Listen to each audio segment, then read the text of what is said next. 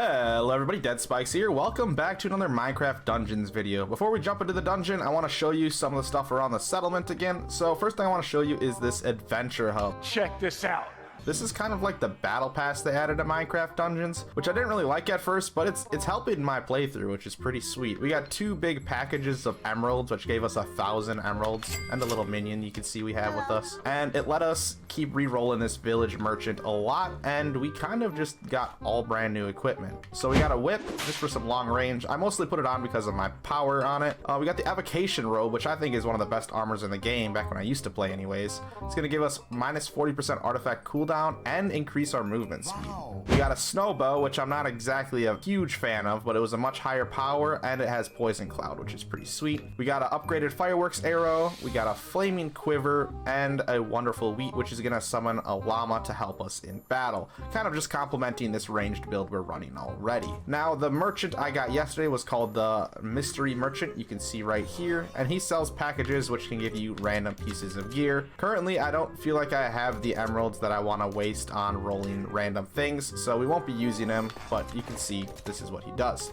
So you'll see there's upgrading features for these villagers. I'll show you real quick. Like for this guy, to get another slot, I have to defeat enchanted mobs, which are more common on higher difficulties. We haven't encountered any at this point. Now, if we go over to the village merchant, we can see to unlock his, we just have to rescue captured villagers during missions, and we have not gotten any yet at this point. On the first video of this series, Lord Force left a comment telling me, something that is good for you to remember, especially with this challenge, is that drops are based on your power, so you need to equip higher power items. This is what I thought the case was, but thank you for confirming that so much, Lord Force. You're welcome. So for now on, we are going to try our best to make sure that we can get the maximum power that we can get. Now, in our mission select, we can see now that we have max difficulty unlocked for the first playthrough. There are 3 playthroughs. You can see there's default, adventure, and apocalypse. So we have max difficulty unlocked for this playthrough, which means the difficulty cannot ramp up anymore until we beat the game for the first time. We have 5 locations we can go to at this point. We have Cacti Canyon, Redstone Mines, Arch Haven, Soggy Swamp, and Creepy Crypt.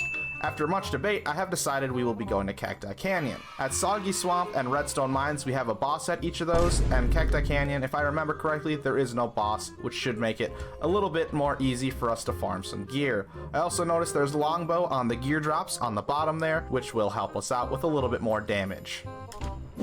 Alright, so we're coming up on our first group of mobs in this new dungeon, and we are realizing the huge difficulty gap that we just went through. These enemies have so much health. Even with us using our artifact and our decent bow that we have, they're taking a lot of hits. So since we're going to be playing this one very slow, we're going to be using mostly bow, which means we're going to have to really watch our arrow count. A fun little thing that you can notice as we're going through this, watch when I pop this quiver up ahead, it's going to go over my arrows and consume quote-unquote free arrows. So what I'm gonna really want to do is try to use my artifacts as much as I can to conserve my overall amount of arrows that I have. So we got a group of enemies up here that I'm gonna go against, these armored illagers, and this just really showcases that I feel like I'm hitting castles with a pool noodle. Bruh. Like there's just not enough damage to handle these amount of adds that I'm going through, and with their huge health pool. The poison cloud is being quite nice because it's stopping them from getting to me quick and adding that little bit of dot, but we're just burning through arrows very quickly because of how much it takes to kill each mob.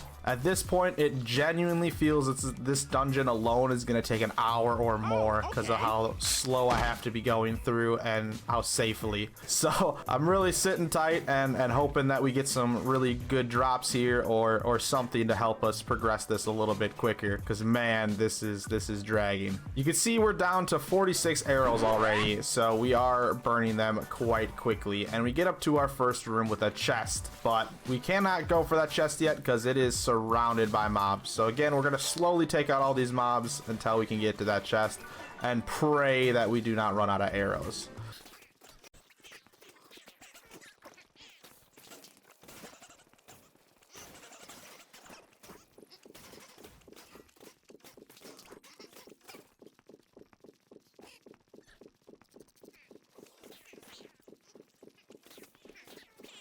So now we've gotten to the point where we can open up the chest and we get a crossbow, which has a little bit higher power, which is great. So we're going to destroy that snowball right away and try to find the enchantments we want. With the choice I was given here, I figured I was going to make some sort of a dot build with this bow, which will hopefully give us some extra damage per arrow. We got that fire aspect and poison cloud, so that's the route we are going to go.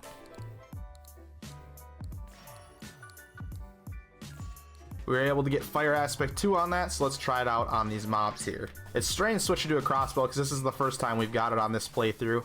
You don't have to charge the shot at all, so you kind of just spray when you want. That's a little bit dangerous because you obviously don't want to spray too many arrows. You don't want to waste your overall amount that you have, but it definitely makes popping these effects a little bit quicker.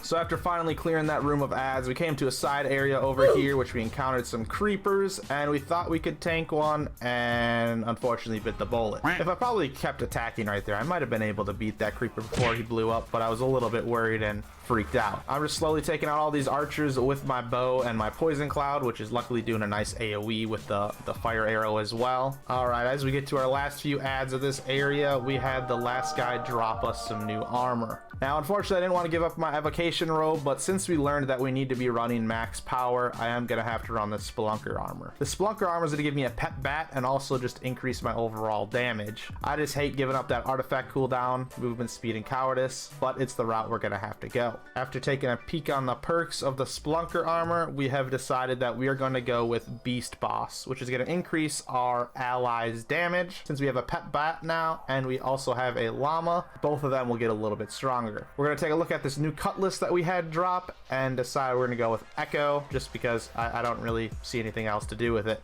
Going through a lot more armored enemies here. We keep going through a lot of close calls. This is terrifying, and I'm definitely at this point feeling like I'm not going to complete this dungeon and have to figure out some other route to farm some gear to be able to handle these mobs. So we're getting up to one of the notable areas of Cacti Canyon here. In this area, we have to find a bunch of these tower things. You can see I just activated right there to be able to make that bridge up there to the north of my screen. And there's a lot of enemies between each tower to activate. So again, we're just gonna have to take this really slow. Luckily, we got a lot of arrow drops in our last few kills and got pretty lucky.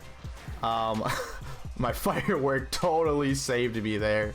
It's just getting way more scary. We're getting a little bit impatient here and pushing with low health and low potions. You know, nothing could go wrong, except that a pillar wall gets in our way and stops us from moving, and you know, we get killed and use our last life. Yeah, so now we are officially not even halfway through the dungeon, I don't believe at this point, with no lives. So let's definitely try our best to see what we can do. After getting some much needed revenge on the pillar maker, I was able to get the second and third tower, leaving only 2 left to do. I also knocked this archer off, which made him pretty easy to take care of. I just cheesed him with the wall. This bow with the double dot is pretty great. You can see the poison and the fire together are doing some great dot damage and taking enemies down. Right there was one of the most terrifying things I've ever seen. Let's look at it again. So I don't know if you could see it, but there's faintly a tower underneath the bridge that pillar made, and it just blew up and nearly killed me. Naughty, naughty, you teasing me, you naughty, naughty. Again, this is my last life, so I had no idea that pillar was there. They look like that, and they blow up after a few seconds. And it's this guy hiding back here. I got extremely lucky that I didn't die at this point and was able to continue the dungeon.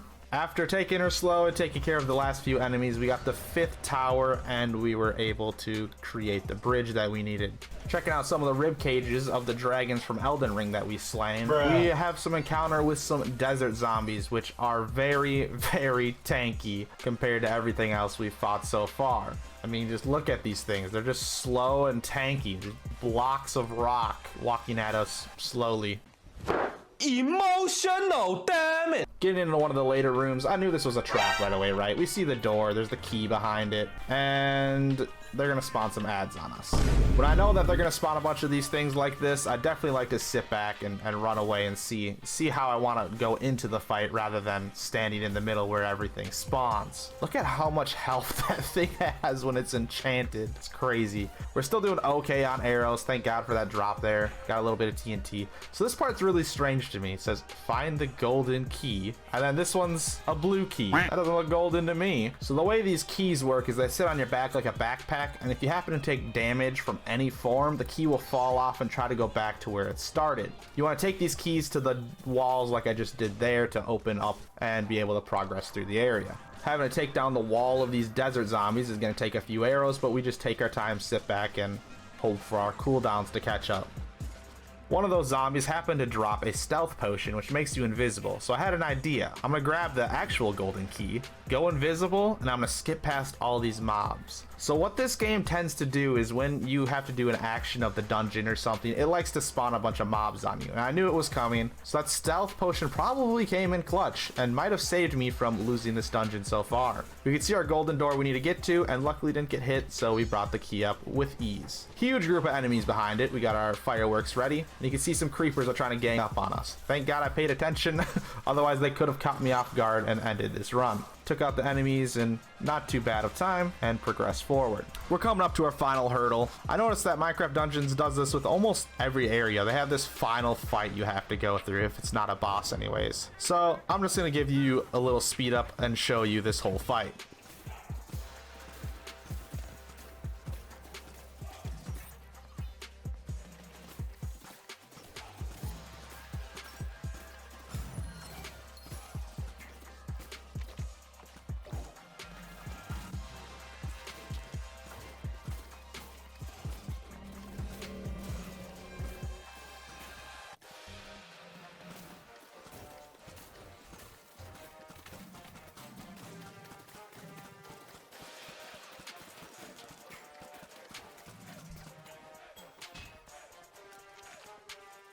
Well, we completed that, and it wasn't too bad, other than the time I almost literally tried to kill myself by jumping into like 8 creepers. Afterwards, we unlocked the Lucky Merchant.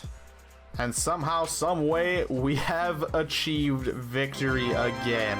I still am in shock that I was even able to complete that with 0 lives. But we did it!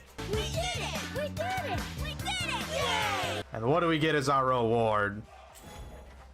We end up getting a corrupted beacon. Anybody else want to do some kamehamehas?